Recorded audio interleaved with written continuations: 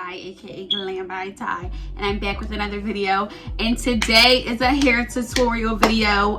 It's not a wig video, it's a hair tutorial, okay? Before I go on ahead and get started, I am going to be updating you guys about my pregnancy in the next video possibly.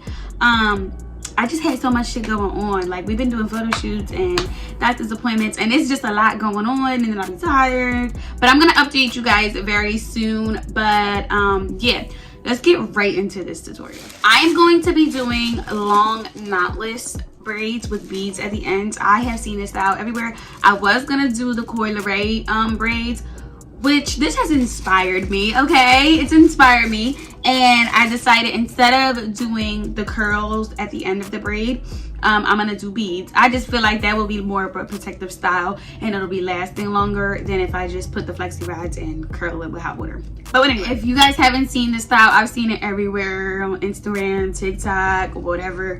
So I'm gonna show you guys everything that I am using and how I'm gonna be parting my hair, the whole 9 yards, all the deeds, sis, okay? So I'm gonna be using this EdgeWax, Murray's EdgeWax, to actually like seal my hair, and I'm gonna use this as my edge control.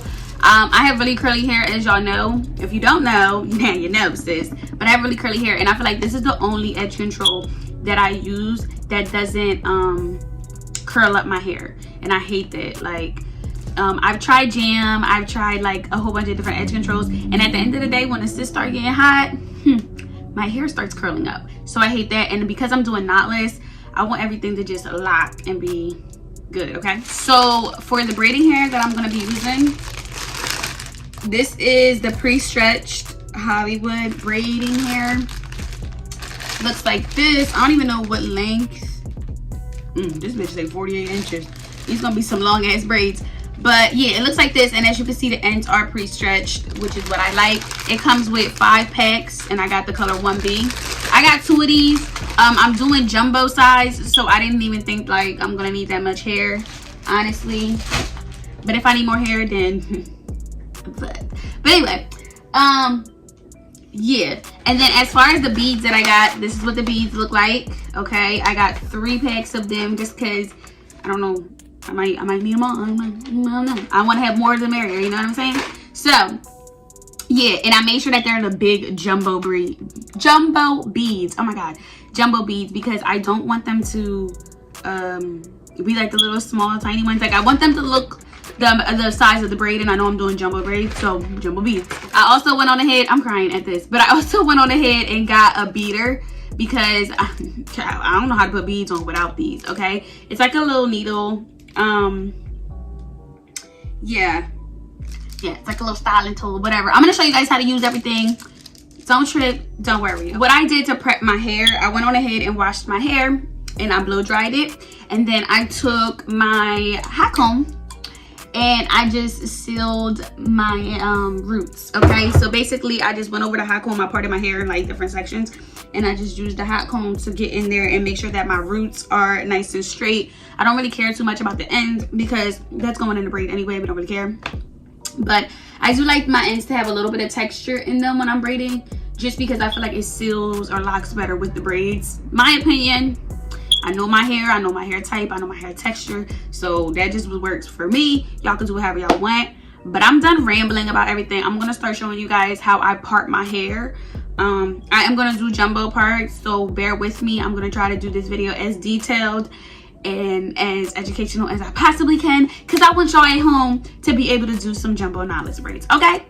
Let's get into it. A lot of this video is probably gonna be a voiceover, but I'm going to start by just pulling out what I want to use for my edges, and this is like very important. You could take out as much as you want. Me, I'm gonna be a little extra as usual. I like to take out a decent amount of hair because I like my edges to make and create the look, okay?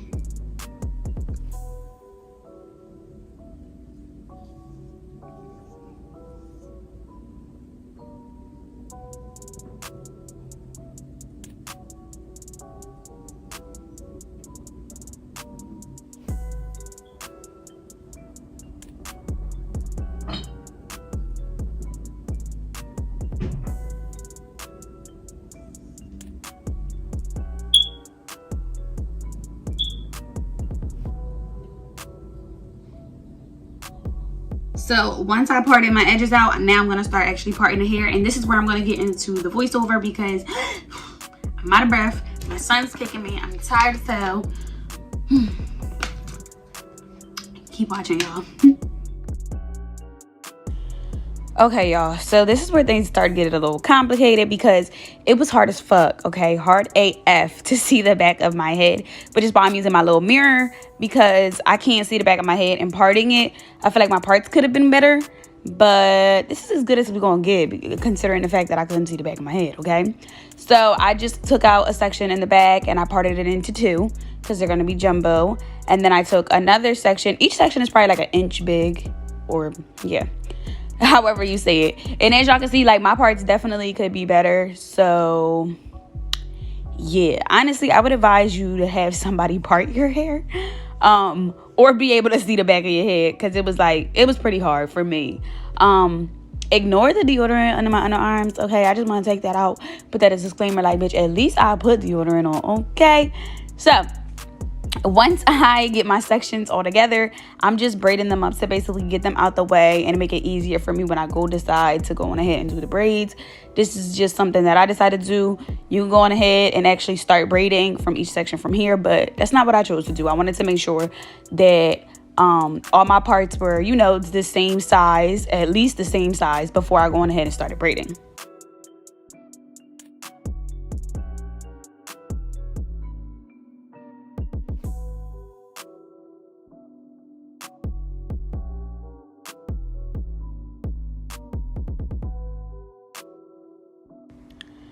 Okay, so with the second row, I did 3. The fourth row, which is the row that I'm on now, I believe I did 4 or 5 sections. And then for the crown of my head, I did the 2 in the front, because that's just, you know, you could do 3 if you want. No, I wanted a middle part, whatever. So I took up enough hair and I went on ahead and did the 2 sections, and then I split the last, you know, section in the back into 3. That makes sense. I can show you better than I can tell you, sis. So yeah.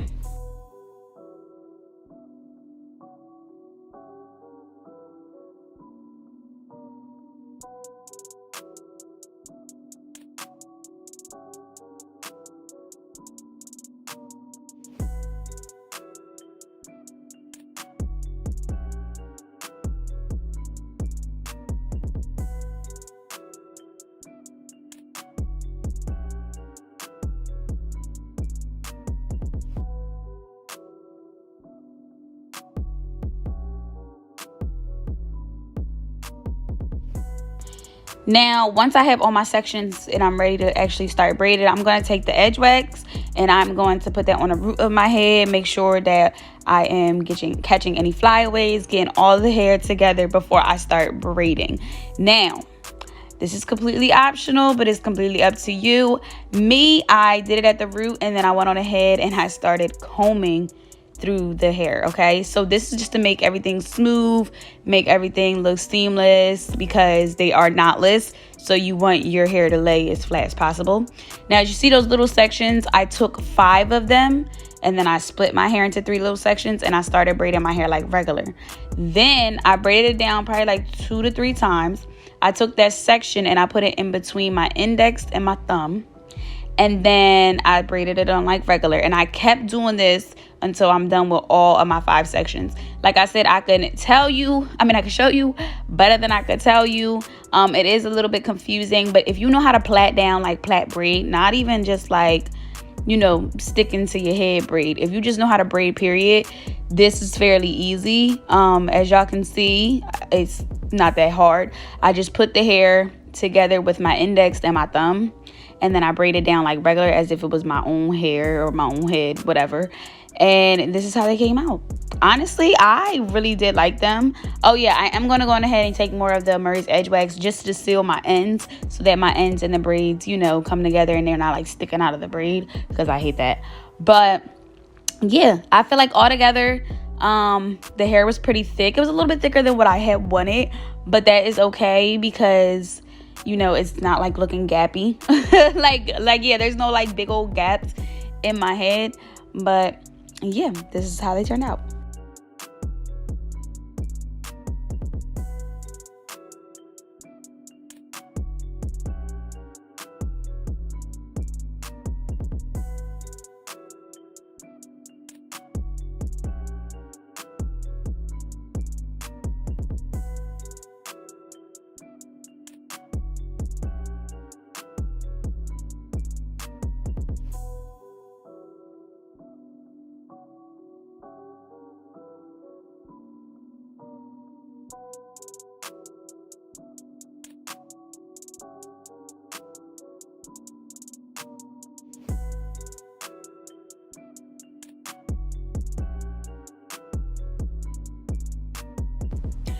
All right, so just to show you guys one more time, I went on ahead and took that piece of section of hair and I braided it down.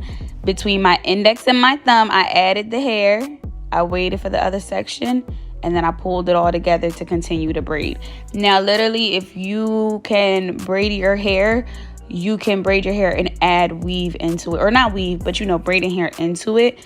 That's what I would say to do first. That's why I had to take my nails off, because it was kind of harder with my nails.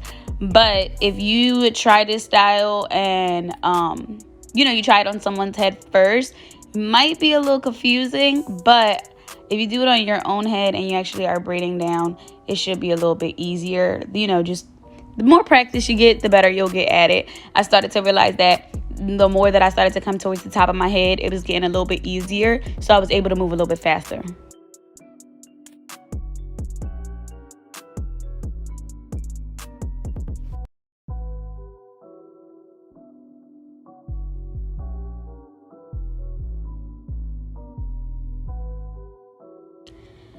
Honestly, my number one tip is to definitely comb the hair after you put your edge control on there.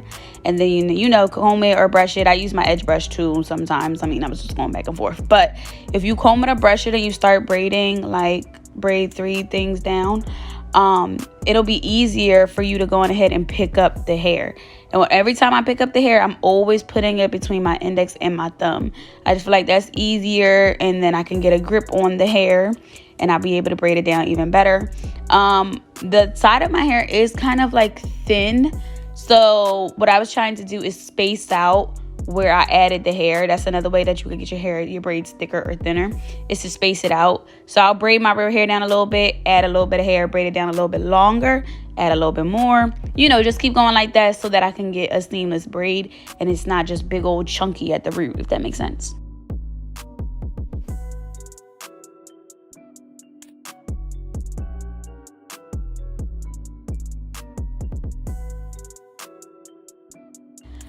All right, so another tip is how you start your root braid is how the braid will lay. So as y'all can see, I wanted this top section to lay on the side of my head. So I'm braiding it to the side of my head. Had I had braided it forward or backward, that's where it would have laid, okay? So if y'all can see the middle section and behind me, those 2 big sections, that one's laying straight to the back, and that's how it laid for, you know, the remaining of the style.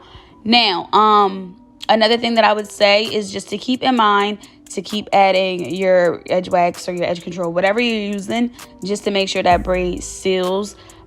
Especially if you don't blow dry your hair prior to this, definitely important.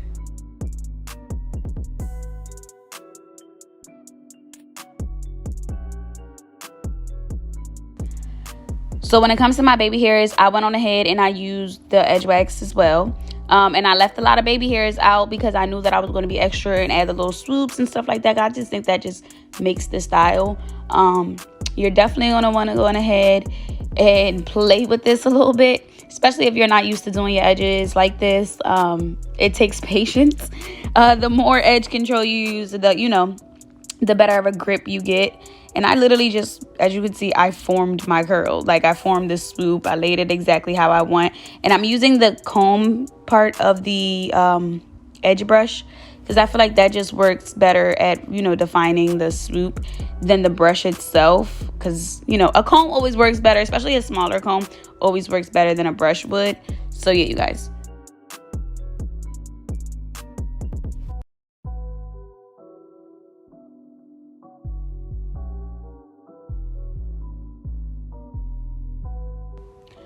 All right, so when all set is done, I'll go on ahead and take my olive oil wrapping mousse, and I'm putting it at the top of my head, and you know where the braids are, where my hair lays. And this is just to seal any flyaways that I might have, just to make everything look seamless. And then I go on ahead, I put my scarf on, and I let that sit probably for like 10-15 minutes, not that long. So yeah.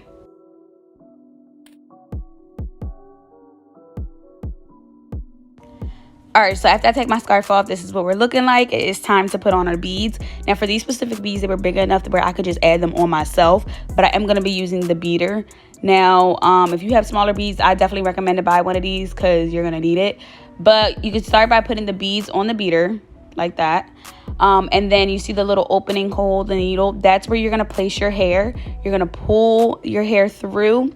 And then you're gonna take your bead, your last bead, you're gonna take the hair and wrap it around that last bead. You're gonna add a rubber band at the end of it, tie it really tight.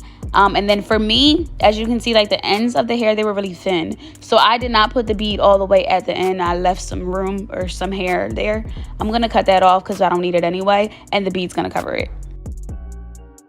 Okay guys, so this is the finished look. These are how they came out. I am super satisfied. They're a little big, on a little bigger side, but like I'm not mad at it. Like I ain't even really tripping about it. I honestly like didn't really have like a set goal of size braids that I wanted. I know that I wanted them to be jumbo. I just wasn't sure of exactly how I was gonna get there, but yes, this is what they look like. The beads, honestly, I'm glad I added the beads onto them because it could have been the hair that I used, it could have been pre-stretched, whatever. But you know how you're braiding and you get to the end of the braid and the braid gets thinner and thinner as you go. So I feel like adding the beads on there kind of like disguised how the braid slimmed out, if that makes sense. But yeah, they're super cute.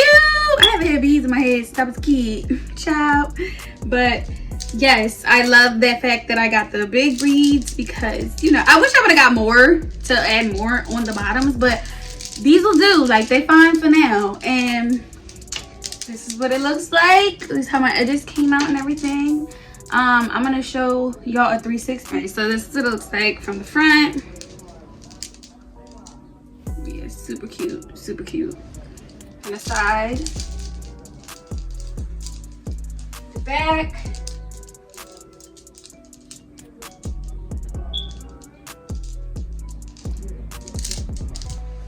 and the other side looks like this.